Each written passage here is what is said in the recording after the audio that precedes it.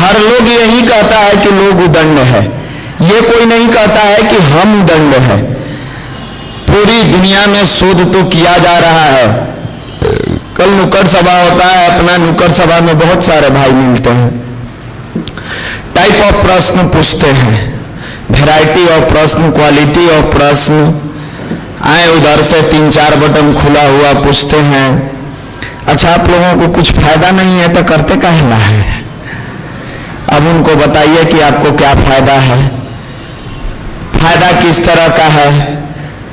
अच्छा कल हम आएंगे, देखेंगे फायदा होता है कि नहीं होता है। मतलब इतने तरीके से प्रश्न ये दुनिया जो है न अच्छे को बढ़ने देती है, बुरा को तो कोई रोकता नहीं है और अच्छे को बढ़ने नहीं देता है। मेरे मित्र, ये युवा प्रकोष्ठ जिन भाइयों द्वारा, पढ़ने लिखने वाले भाइयों द्वारा चलाया जाता है, दुनिया इनके बारे में सोचती है कि ये जो अपने माँ बाप से पैसा लेता है, ये बहुत बड़ा समाज का परिवर्तन कर देगा क्या? ये जो पढ़ने वाला है ये परिवर्तन कर देगा क्या? हाँ मेरे मित्र, यही परिवर्तन करेगा। आप ये मन में पूर्ण विश्वास डाल ले कि यही परिवर्तन करेगा। कभी कभी डालियां टूट के गिर जाती है तो देखने वाले को लगता है कि ये टूटी हुई डाली है, ये क्या करेगा? जो करता है वो तो पेड़ करता है। मेरे मित्र, टूटी हुई टहनी ही पतवार बनती है, चिंगारी भड़क कर ही अंगार बनती है। रौंदी गई हो बेबस समझकर जिस मिट्टी को, वही मिट्टी एक दिन ऊंची मीनार बनती है।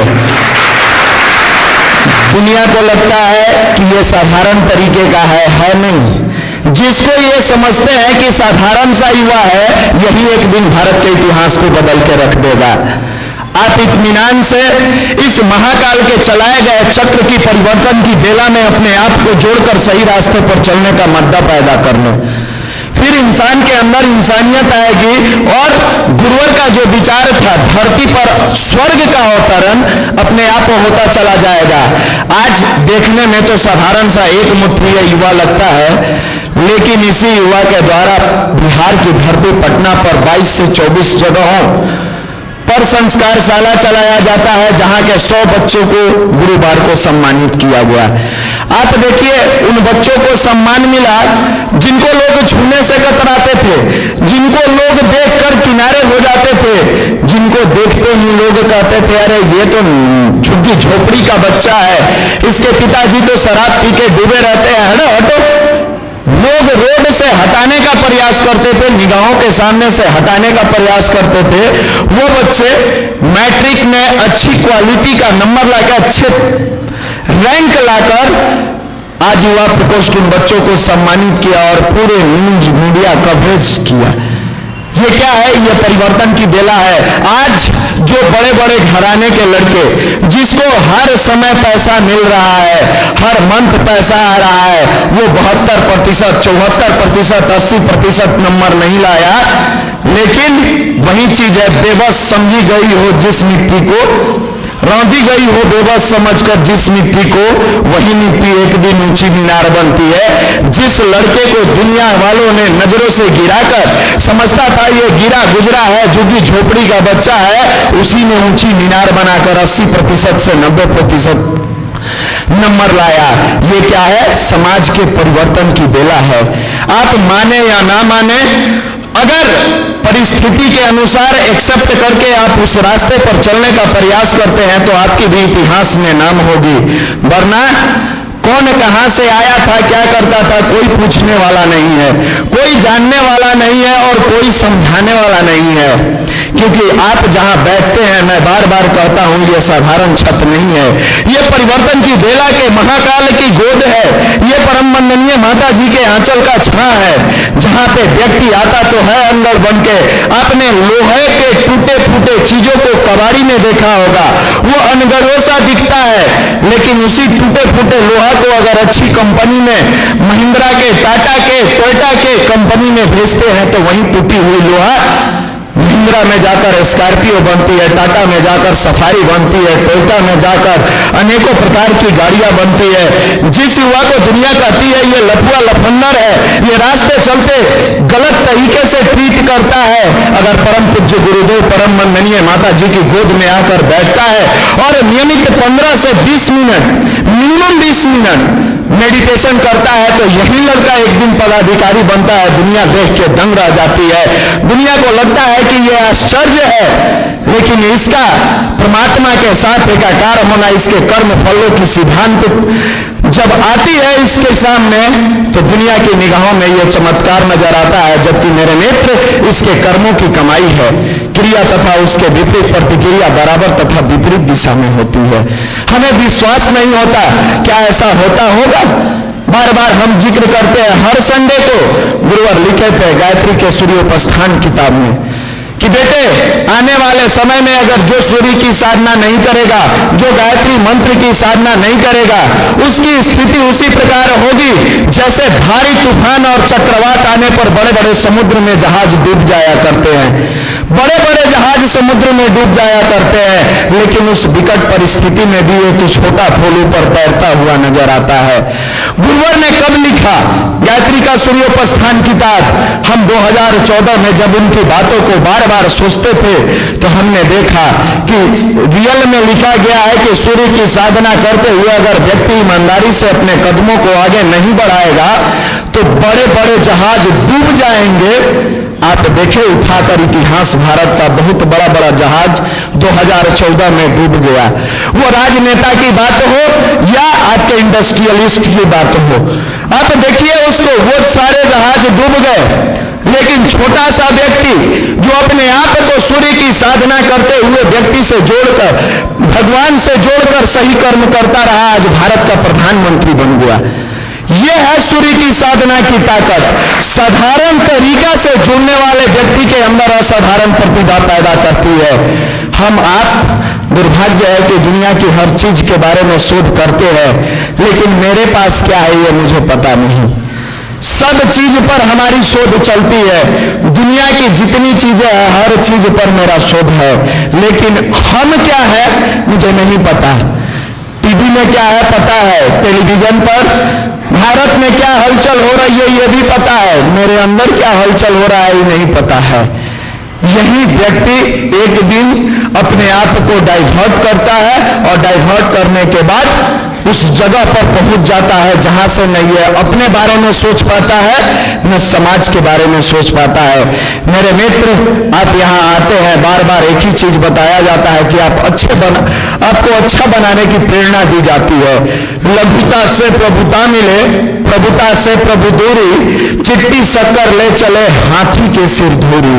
जो छोटे और विनम्र व्यक्ति होते हैं उसके पास भगवान रहते हैं, जिसके अंदर घमंड हो जाता है। विनम्र जो पुरुषार्थी व्यक्ति है उसके नजदीक भगवान आते हैं। जो थोड़ी सी उदंडता में आ जाता है उसकी स्थिति उसी प्रकार होती है जैसे आप देखिएगा चींटी हमेशा अपने मुख में गुड़, चीनी, मीठा कुछ न कुछ लेकर चलती है, लेकिन विशालकाय हाथी हमेशा अपने सिर पर धूल फेंकते चलती है।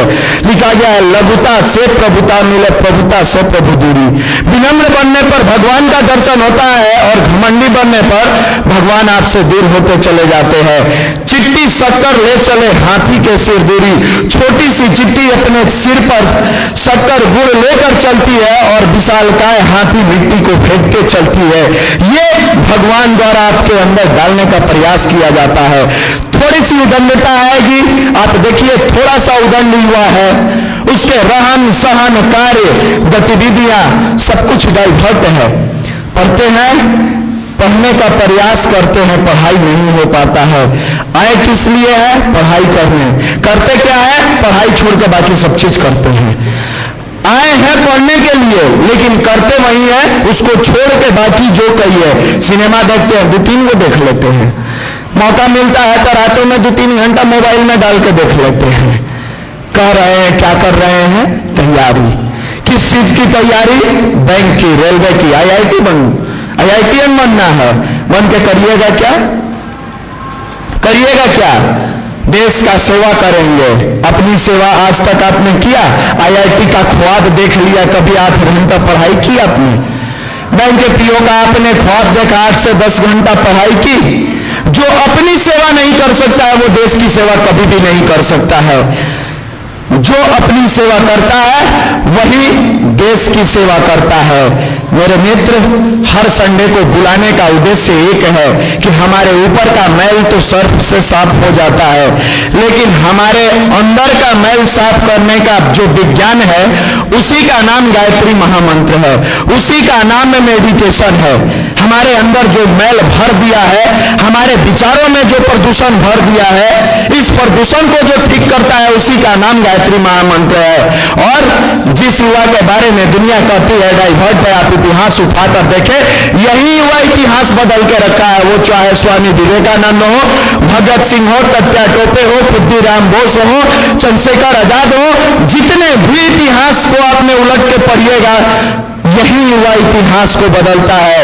मेरे मित्र, इस युवा के अंदर ताकत तो है, लेकिन असफलता की स्वाद मिलने पर यह थोड़ा सा कुंठित हो जाता है, जबकि इसको जगाने की जरूरत है। इसके अंदर साहस और मद्दा पैदा करने की जरूरत है, और यह साहस और मद्दा पैदा होता कहां से है? इसी का नाम भारत का अध्यात्म है, इसी का नाम गायत्री मंत्र है। जिसके अंदर एक बार गायत्री मंत्र की चिंगारी भड़क जाती है, वो लड़का रास्ते चलते हर इंसान से मिलता है, और उससे पूछे जाने पर कि आपके अंदर परिवर्तन कैसे हुआ, उसके अंदरों का वही भाव होता है, मुश्किलों से मोहब्बत है हमें, ऐ वक्त तू क्या टकराएगा, उठेंगे जब हाथ हमारे, हर ख्वाब हकीकत बन जाएगा। उसके अंदर की जूझने वाली शक्ति, उसके अंदर की भड़कने वाली चिंगारी दुनिया की हर बुराई को जलाकर राख कर देता है। उसके अंदर की उठने वाली अच्छाई, उसके अंदर के उठने वाले अच्छे विचार समाज में सही रास्ता बनाते चला जाता है। और इसी का नाम भारत का युवा है, जो हारना नहीं जानता, जो कभी स्थिर होकर बैठना नहीं जानता। इस युवा पर दिनकर लिखते हैं, मेहंदी जब सहती है प्रहार बनती ललनाओं की श्रृंगार, सच है जब विपत्ति आती है कायर को नींद दहलाती है। वीर नहीं विचलित होते, क्षण एक नहीं धीरज खोते, थम ठोक ठेलता है जब नर, पर्वत के जाते पांव खर, मानव जब जोर लगाता है पत्थर पानी बन जाता है। इसके अंदर इतनी कैपेसिटी है, इसके अंदर इतनी क्षमता है कि पत्थर को भी पानी बना देता है, लेकिन ये पानी बन क्यों नहीं पाता है? इसका कारण क्या है? इसका कारण है आज के नेट की दुनिया, इंटरनेट की दुनिया, ये टेक्नोलॉजी, ये विज्ञान जो आज मनुष्य को विनाश की कगार पर पहुंचा दिया है। जो मिला हमको जीवन जीने के लिए, साधन मिला, उसको साध्य बना के मनुष्य उपयोग करने लगा। साधन को साध्य ही रहने देता तो इसके अंदर कभी बुराइयां नहीं आती। आप आते हैं हर संडे के, मेरे मित्र, आपसे आग्रह है कि अपना जो कार्यक्रम 23 नवंबर को होने जा रहा है, उस 23 नवंबर के कार्यक्रम के लिए आज से इन कर्णधारों, जो राष्ट्र के आने वाले समय के आप भविष्य हो, अभी से अपने अनुरूप तैयारियां शुरू कर दीजिए। एक ऐसा इतिहास पटना की धरती से लिखा जाएगा जिसको दुनिया याद रखेगी। बार बार यहां से मनीष भैया द्वारा बताया जाता है, अगर आप शामिल होते हो इसमें तो श्रेय के अधिकारी बनोगे, शामिल नहीं होते हो तो भगवान माध्यम बनाता है, कार्य तो करा ही डालता है। आप पूछेंगे कैसे हो जाता है? इतिहास उठाकर देखें। रामचंद्र के अभियान में सारे राजा महाराजाओं को खबर दिया गया, आप आ जाइए, आप शामिल हो जाइए, रामचंद्र जी जा रहे हैं, रावण से वध करना है। रावण का मतलब उस समय का कोई व्यक्ति नहीं, रावण का मतलब असुर शक्ति, सही समय के अनुरूप सोचने वाला नहीं, उल्टे विचारों में जीने वाला। आज भी बहुत सारे रावण है। उन रावण को ठीक करने के लिए बार बार युवा मंडल से आह्वान किया जाता है कि आप आइए, रावण के विरुद्ध लड़ना है, आप राम बन का साथ दीजिए। उस समय प्रभु श्री राम का साथ था, रामचंद्र जी का साथ था, आज आचार्य श्री राम शर्मा का साथ है। लड़के कहते हैं ये 10 लाख पटना में रहने वाले युवा बदल जाएंगे क्या? मेरे मित्र, मैं आपको फिर से ये विश्वास दिलाता हूं कि अपने नवंबर के कार्यक्रम के लिए अभी से मनोयोग बना के इस भगवान के कार्य में आप शामिल हो जाएं। शामिल होंगे, नवंबर के बाद आप इतिहास रचने वाले में होंगे, नहीं शामिल होंगे, आपकी भी स्थिति उस रामचंद्र जी के अभियान में नहीं जुड़ने वाले राजे महाराजे की तरह होगी। जानते तो थे, निमंत्रण तो आया था, लेकिन हम नहीं गए। गया कौन? बंदर, भालू, रीछ, गिलारी। श्रेय का अधिकारी कौन बना? जानवर।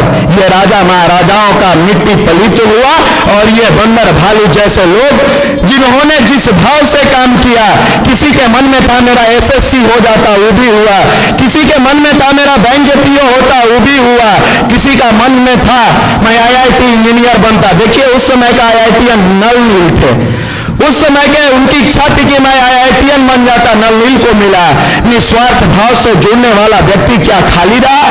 नहीं रहा। जितने पूरे हिंदुस्तान में राम का मंदिर नहीं है, उससे कई गुना ज्यादा भगवान हनुमान का मंदिर है। निस्वार्थ भाव से भी कार्य करने वाले युवा मंडल में भाई जो भी जुड़े हैं वो खाली नहीं रहे हैं। परमात्मा का अभियान है मेरे मित्र। हर संडे को आकर आप श्रोता न बने। एक व्यक्ति वो होता है जो आता है, सुनता है, निकल जाता है। दूसरा व्यक्ति वो होता है जो सुनता है, सुनने के बाद उसको यूटिलाइज करता है। यूटिलाइज कहाँ करेगा? अपने लॉज में, अपने क्लास में। आप बदले हैं, आपकी जिंदगी सही रास्ते पर चलने लगी है। आप प्रयास करिए, आप ही जैसा कोई गांव इलाके से लड़के आ रहे हैं जो मैट्रिक का एग्जाम देके, इंटर का एग्जाम देके वो डाइवर्टेड हो, उसके पहले आप बचा लें। ये भगवान का काम है, और इसके श्रेय का अधिकारी आप बनिएगा। परमात्मा इसके रिटर्निंग में सब कुछ देता चला जाएगा। ये परम पूज्य गुरुदेव, परम वंदनीय माता जी का अभियान है मेरे मित्र। जब से ये शुरुआत हुई तब से लेके आज तक जिसने सरदार भाव से किया, आज तक खाली नहीं रहा। जाती रही भावना जैसी, प्रभु मूरत देखी तीन तैसी। जिसने जिस भाव से किया, उस भाव से उसको मिलता चला गया। इसलिए आपसे निवेदन है कि आप इस अभियान में जरूर शामिल हो। बहुत समय नहीं लेते हुए अपने आदरणीय मनीष भैया को आमंत्रित करें।